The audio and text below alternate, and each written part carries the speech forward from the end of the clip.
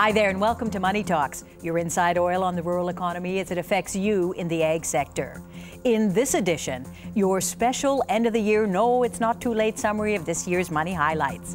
Good news is if you've neglected your economic education over the past few months, and what were you thinking, here's your chance to redeem yourself, so listen up.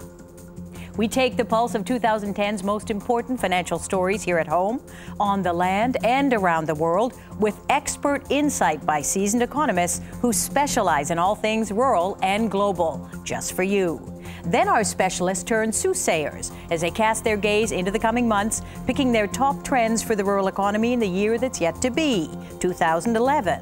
Which sectors will win, which will lose. They put their money where their mouth is. All this and much, much more coming up.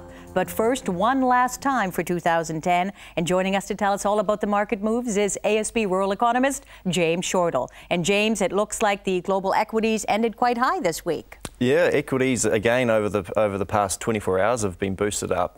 This is the sixth day in a row that equities in the US have increased, and it's a pretty good run compared to what we've seen over the past few months. How is the US doing overall at this point in time? Well, it's still looking a bit rough in a lot of ways, to be honest. Overnight, we did see US retail sales, which were boosted, and that is quite positive moving into the Christmas period because, of course, retail sales and consumer spending is very, very important to the US economy. So the fact that those things are going pretty well should be good news for the US, but they've still got some other inherent problems like house prices are still not looking that sharp, and of course unemployment has increased over the past month up to 9.8%. So they've got a few issues that we've got to sort out, and that's going to take some time. I'll tell you one bright spot: the GE shares, they're trading way up. What's going on there? Well, GE shares usually seem to be quite a good indicator of what is happening globally, because of course they have a lot of fingers in a lot of different pies around the world. So the fact that they've indicated they're going to increase their dividend for this quarter, more money into their shareholders' pockets, then that's good news. And generally that's been quite good news for markets also. Good for the markets. McDonald's did not do as well. Apparently they're not selling as many burgers as they want to. What's going on there? Yeah, McDonald's has been an interesting one over the past 2 years because they have actually done quite well. People have downgraded their eating habits into the restaurants, McDonald's restaurants, fast food restaurants. But their sales have actually been going quite well through 2010. But November they didn't quite meet their expectations. So you know that's one to look at. Of course, McDonald's is an important market for us into the US for our beef exports. So we will be watching that one quite closely. And how are we doing against the greenback?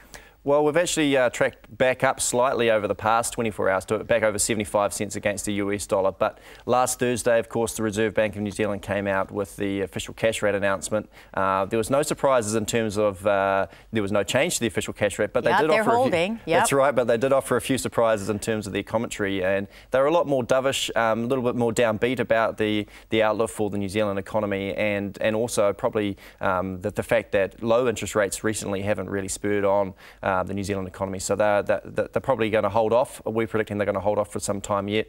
The effect on the market was that we did see the New Zealand drop about 0.5 cent against the US dollar. We traded quite a while under 75 cents against the US last week, but since that time, with more positive equity markets, an increase in Fonterra payout, then we've been bumped back up. And speaking of Fonterra, the global dairy trade auction about to kick off, in just a few hours. What are you picking there, James? Yeah, well, dairy markets have been really stable. I would be predicting that we're going to see further stability.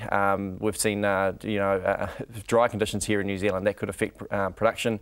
That could be supportive for prices, but of course, all farmers aren't going to be able to take advantage of the high payout that has come through. Now, Fonterra's gone way out and said it's going to increase its payout to what? $6.90. What's behind that? Well, we have seen, earlier on this season, then we were a little bit cautious about expecting too much out of the dairy payout, but prices have really stabled at levels which are very, very high historically. Whole milk powder, for instance, is at $3,500 US dollars per tonne, where historically it's traded sort of between $1,800 and $2,000 US dollars per tonne. So these are very high levels. They've been stable for several months now. I think the outlook for dairy is good, and the longer we see. despite the drought? Well, the fact that we have seen drought conditions could potentially be positive for prices down the track, because of course the supply and demand imbalances may get out of whack with lower supply coming out of New Zealand, and that the demand's still going to be there from developing nations.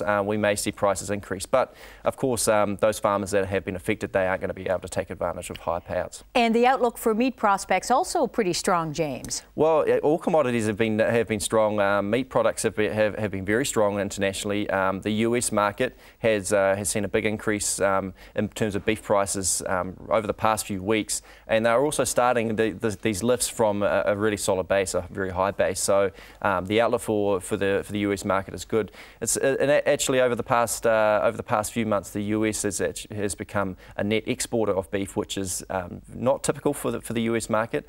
Supplies are down, so that should be positive for us.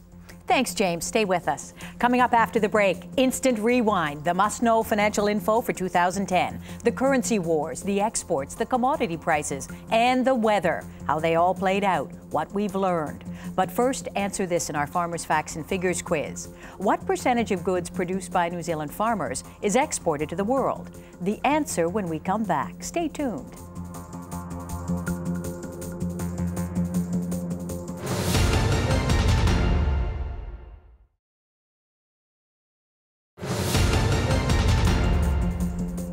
Welcome back to Money Talks. Just before the break, we asked you, what percentage of goods produced by New Zealand farmers is exported to the world? The answer, 91% of our agricultural goods is exported globally. We supply 22% of the world's dairy, 55% of the world's sheep meat, and 75% of the world's lamb. That's a whole lot of exports for a tiny isle nation battling to stay afloat in the stormy seas of the global financial crisis. Joining us now as we put 2010 under the spotlight is ASB Chief Economist Nick Tuffley. Big picture, Nick. One of the biggest stories this year had to be the European debt crisis. Yes, we're into round 2 of it now. So we've gone through our pigs, Portugal, Ireland, Italy, Greece, Spain. We've seen Greece, now Ireland getting into trouble. Where the focus is on next is really Portugal and Spain. And Portugal is one of those countries which has taken a bit of time to get on top of its debt issue. So whilst we've bailed out 2 countries, there's still a lot of nervousness about the other 2, and Spain's the biggest and would be a real test of the European Union. Okay, from Europe to the United States, and James, we've seen massive money printing, what you guys call quantitative easing. Where are we at with that in the States right now? How are they doing with that approach? Well, the US, of course, have started their second avenue of quantitative easing, called QE2, as it's been known in financial markets. So they've sort of just started that process. Is going to be occurring for the next 7 to 8 months. And initially, the hope is that it's going to lower interest rates. It's going to facilitate more money supply. So we haven't sort of seen that occur just yet. There have been some interest rates have been higher over the past couple of weeks, but it will be interesting to see whether that really does facilitate a recovery out of the US market. And looking back over the past few months now in 2010, what's the biggest fallout been for New Zealand farmers? Well, the challenge that we've faced here in New Zealand is, as the US has essentially printed money, that's put a lot of speculation about the US, weakening their currency. So we have seen the US dollar be a lot weaker than it otherwise would be. So that has meant that, at least for our currency against the US dollar, we've been higher than we might otherwise be. And that's obviously a drag for our exporters. And meantime, around the world, we've seen these unprecedented currency wars. I mean, when was the last time we saw something like this happening, James? Well, Nick might be able to answer this one a little bit better, but to be honest, we haven't seen this sort of thing for a while, and it is a big issue. A lot of countries are seeing that it really have an effect on the capital flows around the world, and could potentially have some problems for them down the track in terms of asset bubbles, that sort of thing. Potentially, Nick, who are the big winners in the currency wars, the way they're being waged at the moment, and who are the big losers likely to be? Well, we've got 2 parts of the world, the developing economies, which are the ones where the growth is fast but getting penalised by the high currencies. Developed economies such as the US, pretty weak, and their currency's under a bit of pressure. Look, a country that's doing pretty well at the moment is China, but in the longer term it's going to have to adjust. Meanwhile, a country like ourselves, which is exporting, is going to find it pretty challenging against that US dollar. Nick, China did start to loosen its US dollar peg. How is that likely to proceed? I would expect that over time we will see the Chinese government allow the currency to appreciate. It really needs to. Their economy is growing fast. They have all sorts of problems trying to keep that peg in check. It causes all sorts of domestic problems with money supply, which they then have to go and hit the big stick around with to try and control their money supply and credit. But meantime, James, it's wait and see, isn't it? I mean, we are really just bobbing around and at the whim of the U.S. market and the Chinese market. Well, of course, and I guess the Chinese have also made it clear that they're not going to make any fast moves because they don't want to see fallout for their own economy. That they need to make a staged approach in terms of their currency, and because if they didn't take a staged approach, then it may have some significant fallouts for their internal. And of course, that's not going to be good news for the globe in general. Of course, not good news for us, considering that China is our second largest export market and our #1 dairy export market, and big in terms of a lot of other agricultural markets. And Nick, overall, looking back at the New Zealand dollar and how we've performed, if you were a school teacher and had to write a report card, what would you say? Well, our exchange rate's been pretty firm against others. Now, there are some good reasons for that. Our country has simply been performing better, or not as bad as many of those big economies that our exchange rate's strong against. So, look, it's done a lot of what you would expect it to do. Maybe it's a little bit stronger against the US dollar than we would like because of what's happening in the US, but we're pretty weak against Australia, and you'd expect that given how well they're doing in most things except rugby league. You know, export commodities as well, their prices continue to just seem to rise and rise and rise. When is it going to stop, James? It can't go on like this forever, can it? Well, yeah, that is a concern. We've seen generally commodity markets, and I think this is a big story for 2010. Commodity prices in general across the board have all increased when you consider, steel, cotton, meat, dairy, all of those factors. Oil has recently gone up to $90 per barrel. So they've all increased significantly. Some cases a lot more than others. The concern is, the fact that they're all happening at the same time. Does this mean that something's happening in the market that we're not too sure about? Over speculation. There has been some speculation that hedge funds have been getting involved, but some of the underlying factors are a lot different to 2008. Also, the fact that we are seeing strong demand out of developing countries, that's good news for us, and I think it is going to be a key underpinning factor for prices down the track. Okay, let's talk a little bit about the rural economy. How would you rate it on a scale of 1 to 10? How have we performed this year looking back, James? Well, when you consider some of the different sectors, some have obviously performed a lot better than others, but probably a barometer across the whole lot. It's been a relatively strong year in terms of farm gate returns. It's just that some areas haven't been able to take advantage of them. We've had, earlier on in the year we've seen drought in the north and some parts of the Bay of Plenty, the top half of Bay of Plenty, and now all of a sudden we're seeing dry conditions. Had a hard storm. All of those factors have impacted on farmer returns, but we've seen dairy prices stabilise. Very high levels now, very strong payout from the last season. Outlook's looking good. Sheep prices are also looking strong. Beef prices are looking good. Wool's had a very strong recovery this year. Unbelievable, yeah. So there has been some really good news coming out of the rural economy, and I do think the outlook is looking good for next year too. And dairy prices, interesting. They firmed after what, more than 2 years of volatility. Is this going to continue? I wouldn't say that we're not going to see volatility down the track, because we have seen so much over the past 2 years. We've seen prices fluctuate significantly. Fonterra's payout has changed sort of $2 swings the last 3 seasons. It does feel like we are in a bit more of a stable environment for the time being, but I wouldn't rule out any volatility down the track. Do you think we found our new level when you look at it historically?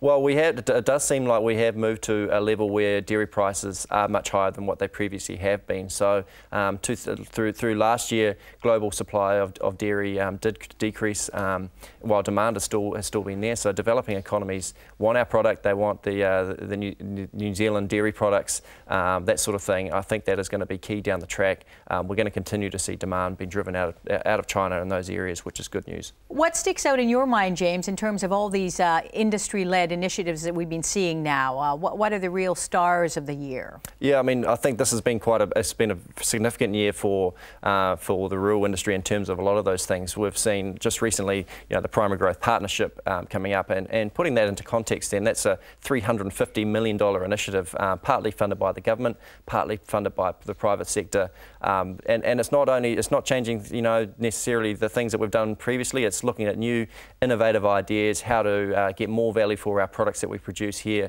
how to take the New Zealand economy down the track. And I think that's, you know, we have seen some initiatives coming out of the government that they do want to see some of those things coming through. We've also seen Wool Partners Cooperative come through. You know, there's an initiative coming through in that avenue for the wool industry. You know, there's been several big initiatives that you know have indicated that we could see growth in the future. I'll tell you something I'm going to remember 2010 for, and that's the failure of all the financial institutions. Nick, how is that affecting the marketplace? Well, it does make a difference, I think, particularly in the finance companies and the further challenges we've had there. You know, finance companies do play, you know, a pretty key role, particularly in that mezzanine finance area, and that is a bit of a vacuum, which I think will get filled over time. But right here, right now, it does leave a bit of a hole. All right. We've seen that there may be a new Heartland Bank coming down into the South Island. Is that a good idea, Nick? Do we need another bank? Well, I'm a great fan of competition. I think competition always brings out the best in things. And I think it would be fair to say that when you've had so many financial institutions disappear over the last few years, particularly some of them were perhaps didn't have the wisest of business practices, but there's certainly plenty of holes that could be filled. And you know, if the Heartland Bank comes along and does that, I'm sure that will help the overall economy, and can only be good. We're no closer, of course, to solving the thorny issue of foreign ownership of land, and we see the Crayfar Farms deal continues to languish. Does the government actually have to make some tough calls on this, do you think? Well, that's got to be quite a key issue. That has been sort of dragging for several months now, and it doesn't seem like there has been a big decision made on it. But it's also been interesting to note the amount of activity that has been going on globally and also here in New Zealand in terms of foreigners coming in to buy some of the assets. Of course, we've seen Olam come in with New Zealand Farming Systems Uruguay. Absolutely. You know, we've seen the Canadians getting into Australia in terms of AWP. That's right. That's right. So there's been plenty of activity, and you know, I think it has been interesting for me to note that the global marketplace in food and agriculture has been an important part of the growth story through 2010, and there has been some grabbing of assets, that's for sure. So some of the issues that we struggle with here, Nick, they're obviously struggling with in other countries as well. What do you do? What do you do in this small village that we live in now? Who gets to buy land? Who gets to take charge? It's not going to go away.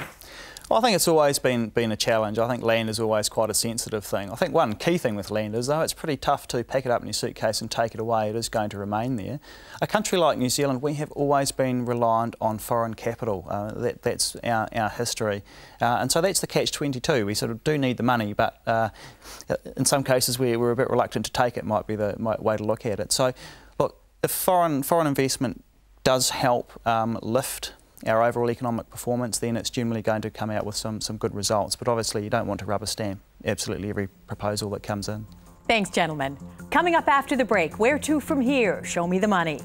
The government's budget deficit has blown out to more than $11 billion, according to Treasury's half-year update. Prime Minister John Key is blaming the Christchurch quake and a very slow economic recovery. And his sidekick, Finance Minister Bill English, warns we'll be in the grip of a vulnerable fiscal position for the next 6 to 8 years. What's it mean for the rural economy? But first, a question for you in our Farmers' Facts and Figures quiz. How many people in the world get their main source of income from agriculture? The answer when we come back. Stay with us.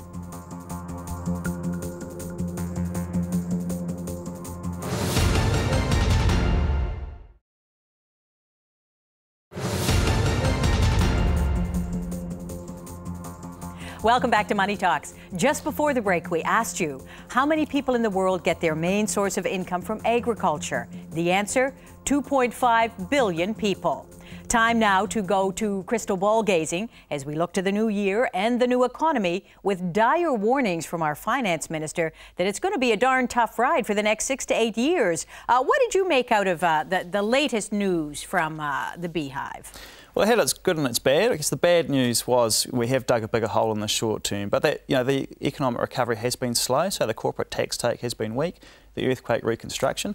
One encouraging thing was the government's already got out its little scalpel and has started looking harder at the costs, and it's actually figured out how to make quite a few cost savings and get us back into the black probably a little bit sooner than what people would have thought before yesterday. So what does that mean? We're going to see some cuts in what? Education, in health, in roading, what? Mainly just slower increases in expenses, so things like personnel costs, oddly enough insurance costs somehow, debt servicing costs being a little bit lower if bond yields do remain low, for example. So it's just been a little bit across the board where they've just slowed down operating spending and will slow the pace of new spending as well. Should New Zealanders continue to save? You know, this has an upside and a downside. James? Oh, I think New Zealanders should definitely continue to save it. Of course, no Christmas present for me then. no Christmas present. I'm sorry. Break the news to you now. Yeah, I mean, I think you know, it is important for our economy long term to be in a sustainable level. We've got to repay some debts, but of course there is some pain in the short term, and that has been sort of come through with some of the indications from the government. You know, slower retail spending, slower tax take. Okay, so the government is basically saying, look, the Christchurch quake, we couldn't have planned for it. But have they been as good as they ought to have been in managing the economy, Nick? Well, we're getting there slowly. I think the key thing is that its next budget is where I think we'll see more revelations coming through. But some of the policies we've seen, the tax tweaks, the higher GST, the lower income tax, are the sorts of things which over time should help encourage more work, more risk taking, and at the margin penalise consumer spending as well. So we're heading in the right direction towards encouraging a more rebalanced economy. Of course, it's been a heck of a year for weather as well, and that's really affected our farmers. James, let's talk about that. I think that's going to be quite key, you know, looking through to 2011. The effects we've seen over the past 6 weeks, for instance, with dry conditions, but also, you know, storms that we saw in the early part of the spring, not only in Southland, but we've seen, you know, some significant losses through the lower part of the North Island. Some farmers have seen, you know, 30–40% of their lamb crop gone. So that's going to have a big impact through 2011, but also years to come. You know, some sheep and beef farmers may not recover from this, unfortunately. So it's quite significant, and it's something that we need to monitor and try and find some solutions for also. Okay, what are you picking, Nick, for the New Zealand dollar now over the next 12 months? In the short term, we think it'll remain pretty firm, so this mid 75 cents, maybe a little bit higher, and that is why we do have the Federal Reserve still effectively printing money, still a bit of weakness in Europe as well. I think by the end of next year, so 12 months from now, hopefully the exchange rate will be a little bit softer, and that is as those big economies do start to look in slightly better health, we should see their currencies strengthen and drag ours down. But I think we have to get used to an environment where our currency is going to be averaging a little bit stronger than what it did before this crisis. What can we expect to see, James, when it comes to the price of farms and the price of land in New Zealand over the next year? What do you think? I don't think there's going to be significant change. It's going to be different for different areas, and that reflects the environment that we're in terms of potentially dairy. You know, I wouldn't be surprised to see some stability for dairy lamb prices. They have fallen from where they were in their peaks. There's some different issues going on in different sectors. Of course, as I mentioned before, the sheep and beef sector is going to have some problems with the dry conditions and the losses that it did see in the early part of the spring. So, you know, we have seen some more farms come onto the market. There is no doubt that there's probably been some pressure on those land prices recently. And James, I think next year sustainability, that horrible S word, is going to be a big thing for farmers to come to grips with. What's your advice to them? Well, the emissions trading scheme is here now for farmers and for all New Zealanders. You know, it's having an impact on their fuel costs and their electricity costs. And initially, they did come in July of 2010. So I think 2011 is going to be important, and going forward to understand what sustainability really means, how the emissions trading scheme is going to affect people on the farm, lowering their profile in terms of electricity and fuel and those sorts of things. And Nick, you know, as one of the big shot economists in the country, do you think that we're putting too much faith in the dairy sector? Aren't we at risk if that should, God forbid, fall over? Well, in the sense of, yes, if you've got one big industry that is a heavy influence, that does mean you don't have a well-diversified economy. But look, I think that's more a reason for trying to make other areas of the economy do better than what they have been. You know, for New Zealand, one of the big advantages we have is good weather for growing. Lush pastures. We are very good at producing dairy, so I don't want to stop doing it. We do want to manage the environmental impacts, of course, but it's perhaps more about trying to make other areas of the economy also grow their share as well, so we've got a more diversified economy. Thanks, boys. Thanks to my guests, ASB Rural Economist James Shortall and ASB Chief Economist Nick Tuffley. I feel like I should salute. As for you at home, thanks for a year of loyal viewing. All of us here at Country 99 TV wish you a very Merry Christmas and a prosperous New Year. Until then, a little Christmas music, maestro, as we give the last song to Dr. Matthew Barnett, Ag Research's singing scientist. Here's one just for you. On the 12th day of Christmas, Ag Research sent to me 12 cows a milking, 11 cuts of meat, 10 trillion rumen microbes, 9 clover hybrids, 8 bovine genomes, 7 germ-free rodents, 6 deer-proof fences, 5 bare-bum sheep, 4 endophytes, 3 new foods, 2 snap-proof vests, and a tractor under the Christmas tree. Merry Christmas. Keep the faith. See you next year.